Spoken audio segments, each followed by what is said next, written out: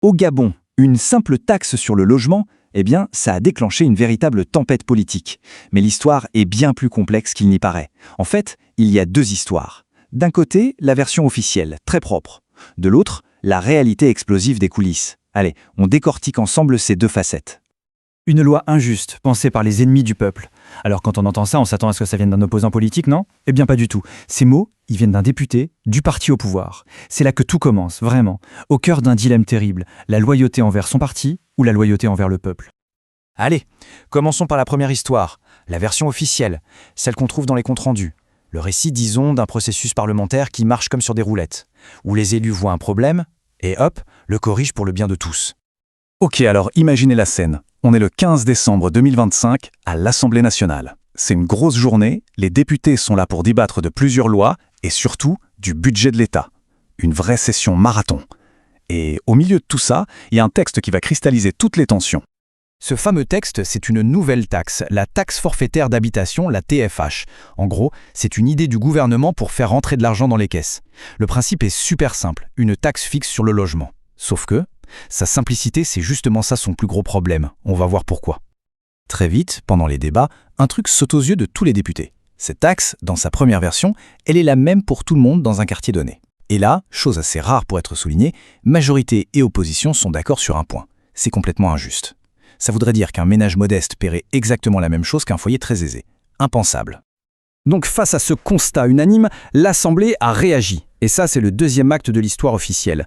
L'institution qui se montre à la hauteur, qui corrige le tir pour garantir plus de justice sociale. Et la modification, elle est vraiment cruciale. Les députés ont carrément réécrit le texte. L'idée ? Au lieu de se baser juste sur la zone géographique, la taxe va maintenant prendre en compte aussi la puissance du compteur électrique. C'est malin, parce que la puissance souscrite est souvent un bon indicateur du niveau de vie. On passe donc d'une taxe un peu aveugle à un système beaucoup plus progressif qui s'adapte aux moyens de chacun. Et pour bien boucler cette version des faits, on a cette déclaration de la députée Justine Judith Lecogo qui dit que l'Assemblée n'est ni sourde ni indifférente. Le message est clair, n'est-ce pas? Le système a fonctionné, le Parlement a fait son travail. C'est la belle histoire, enfin, en apparence. Parce que c'est là, précisément, que tout bascule. Pendant que cette belle mécanique institutionnelle se déroulait bien sagement dans l'hémicycle, en coulisses, c'était une toute autre ambiance, une véritable ébullition. Le consensus de façade cachait en réalité une fracture béante. On passe donc à la deuxième histoire, la version B, celle qu'on ne lit pas dans les rapports officiels, mais qu'on découvre sur les réseaux sociaux et dans les communiqués de presse.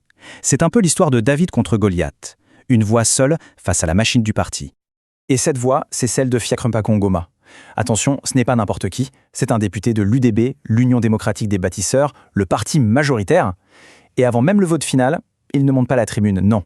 Il va sur Internet. Et là, il attaque de front une politique que son propre camp est en train de défendre. Ça, c'est audacieux. Et il n'y va pas avec le dos de la cuillère. Ses accusations sont explosives. Il ne dit pas juste que la loi est injuste. Non, il va beaucoup plus loin.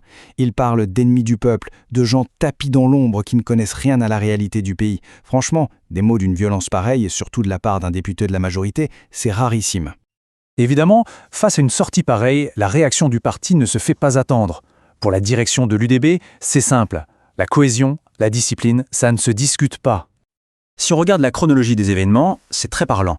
D'abord, Mpako Ngoma poste sa critique en ligne. Presque tout de suite après, le 13 décembre, le parti annonce sa suspension. D'ailleurs, le député lui dit qu'il l'a appris plusieurs jours après. Et enfin, le 15 décembre, l'Assemblée vote la loi. La séquence est claire comme de l'eau de roche, la dissidence est sanctionnée et vite, avant même que le vote final ait lieu. Et les réseaux officiels de la sanction sont lourdes. On l'accuse carrément d'incitation à la révolte et de saper la discipline interne. Il faut bien comprendre que pour un parti au pouvoir, en plein vote du budget, une critique aussi virulente de l'intérieur s'est perçue comme un véritable acte de sabotage. Sauf que Fiacre Mpako Ngoma, il ne fait pas machine arrière. Pas du tout. Il assume tout ce qu'il a écrit. En fait, il déplace le débat sur le terrain des principes. Il dit « Ok, je suis loyal au parti et au président, mais mon premier devoir de parlementaire, c'est de représenter la nation. Pas de suivre aveuglément une ligne de parti. » Et pour se justifier, il sort son argument massu, qu'on voit bien dans cette citation. D'un côté, il y a la discipline du parti. De l'autre, son mandat de représentant de la nation. Et il oppose les deux. Ça pose une question essentielle finalement. Un député, est-ce que c'est un soldat de son parti ou est-ce que c'est avant tout un représentant du peuple? On se retrouve donc avec deux histoires complètement différentes qui s'entrechoquent. D'un côté, le récit d'une démocratie parlementaire qui fonctionne bien, de l'autre, l'histoire d'un conflit de loyauté assez brutal. Toute cette affaire, en fait, met en lumière une tension qui existe dans toutes les démocraties.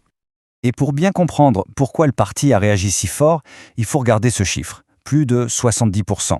C'est le pourcentage de sièges que contre l'UDB à l'Assemblée. Quand on a une majorité aussi écrasante, la discipline de parti, ce n'est plus une option, c'est une question de survie. La moindre voix qui sort du rang est vue comme une fissure dans le mur. Au fond, tout se résume à ce dilemme. D'un côté, il y a la discipline de parti qui est indispensable pour gouverner, et de l'autre, le mandat de la nation, le devoir de l'élu d'être la voix des citoyens, même si ça veut dire aller contre son propre camp. Et cette affaire en Mpako Ngoma, c'est vraiment l'illustration parfaite de ce tiraillement. Au-delà de la personne de Fiacre Mpako Ngoma, cette confrontation est un vrai test politique pour le Gabon. C'est le premier gros test de ce genre pour la nouvelle majorité. Et la façon dont cette dissidence va être gérée, eh bien ça va en dire très long sur la place du débat et de la liberté d'expression au sein du parti au pouvoir. Finalement, cette histoire qui se passe au Gabon pose une question qui est universelle, bien au-delà de ses frontières. Quand le parti et le peuple ne sont pas d'accord, où doit aller la loyauté d'un élu ?